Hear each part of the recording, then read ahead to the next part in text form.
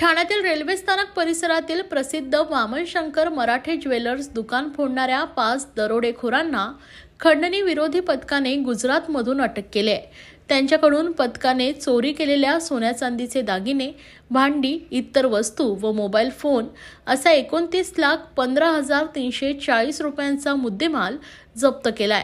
लीलाराम उर्फ लीलेश मेघवाल, चुन्नीलाल उर्फ सुमत प्रजापती, जैसाराम उर्फ जेडी कलबी, दोनाराम उर्फ दिलीप पराडिया व नागजीराम मेजवाल अशी अटक केलेल्या 5 दरोडेखोरांची नावे आहेत। हे 5ही जण राजस्थानचे आहेत। या 5ही जणांनी रेखी करून ठाणे स्थानक परिसरातील मराठे ज्वेलर्सचं शटर उचकटून दागिन्यांसह इतर साहित्य घेऊन पोबारा केला होता। या प्रकरणी कोणताही पुरावा नसताना खंडणी विरोधी पथकाने सीसीटीव्ही व तांत्रिक यंत्रणांच्या मदतीने तपास करून या 5ही जणांच्या गुजरातमधील सुरत येथून मुसक्या आवळल्या आहेत। पोलीस स्टेशन नौपाड्याच्या हद्दीमध्ये 17 डिसेंबरला मराठे ज्वेलर्समध्ये घरफोडी चोरीचा प्रकार घडला होता, ज्याच्यामध्ये 28,77,000चा मुद्देमाल चोरीला गेला होता।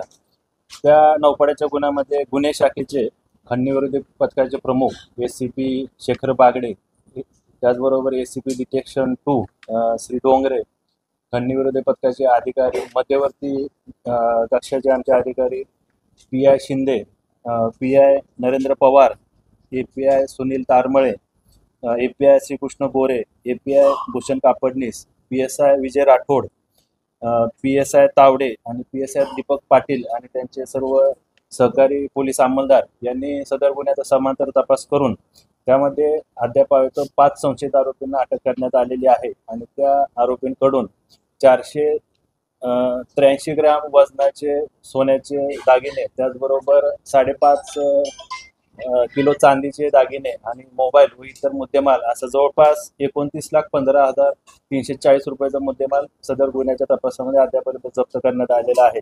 या आरोपींवर त्यांचा पूर्व इतिहास पाहता अद्यापर्यंत तपासामध्ये त्यांच्यावर गुजरात आणि राजस्थान इथे असे 2 चोरीचे गुन्हे दाखल आहेत। सदरच्या आरोपींना गुरुवारपर्यंत पोलीस कस्टडी रिमांड आहे।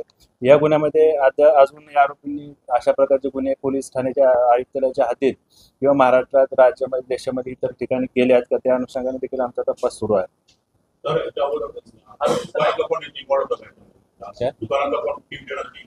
त्याचा तपास देखील चालू आहे। दुकानातले कोण कामगार असतील किंवा आजूबाजूला परिसरात राहणारे कोण त्यांच्या संपर्कात आहेत का, याचा देखील तपास सुरू आहे।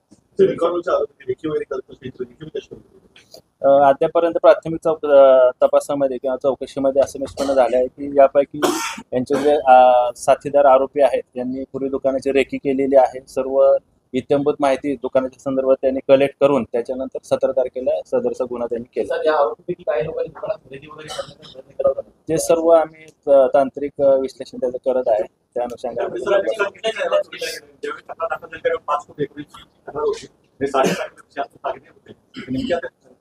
तक्रार जी दाखल झाली आहे ती 5 कोटीपेक्षा जास्तची तक्रार आहे, परंतु यातील तक्रारदार मराठे ज्वेलर्सचे जे मालक आहेत त्यांनी सर्व खात्री केली, पडताळणी केली आणि त्याच्यानंतर अद्यापर्यंत आपल्याला 28,77,000चा मुद्देमाल चोरीला गेला आहे असं आतापर्यंत तपासामध्ये निष्पन्न झाले।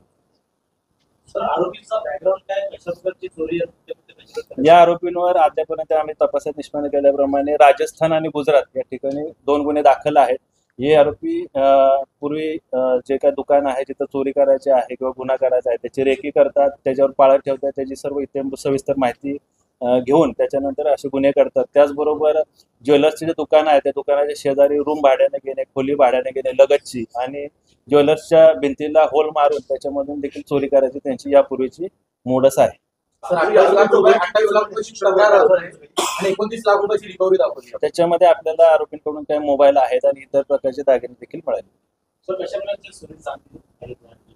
483 ग्रॅम सोन्याचे दागिने आहेत, 5.5 किलो चांदी आहे। गुरुवारपर्यंत पोलीस कस्टडी आहे, त्या अनुषंगाने देखील तपास सुरू आहे। त्याच्यामध्ये आरोपी अजून वाढू शकतात किंवा तपासामध्ये अजून निष्पन्न होऊ शकतात। 5 आरोपी आहेत, गुजरातमधून त्यांना अटक केलेली आहे। वय साधारण 30 ते 35 दरम्यान त्यांचं वय वर्ष आहे आणि यापूर्वी देखील त्यांच्यावर गुन्हे दाखल आहेत। ही घटना जी घडली होती ती रात्री 2 ते सकाळी 4:30 दरम्यान घडलेली होती. त्याच्यामध्ये त्यांनी कटावणे असेल, स्क्रूड्रायव्हर असेल आणि हातोडी अशा प्रकारचे काही अवजार वापरलेले आहेत. सर्व तांत्रिक विश्लेषण तपासामध्ये आम्ही केलेलं आहे त्याचं सीसीटीव्ही आणि बाकी सर्व गोष्टींचं.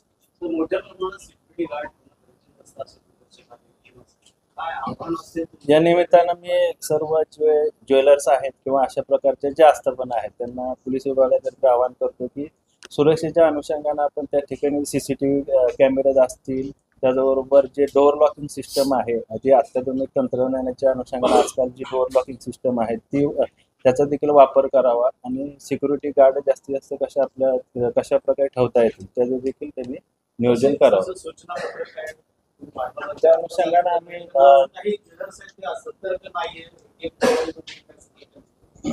त्या अनुषंगाने आम्ही काही ज्वेलर्सचे संबंधित त्यांच्या संस्था आहेत, संघटना आहेत, त्यांच्या आम्ही मीटिंग घेऊन त्या अनुषंगाने प्रबोधन म्हणा किंवा त्यांना मार्गदर्शन आम्ही करत असतो.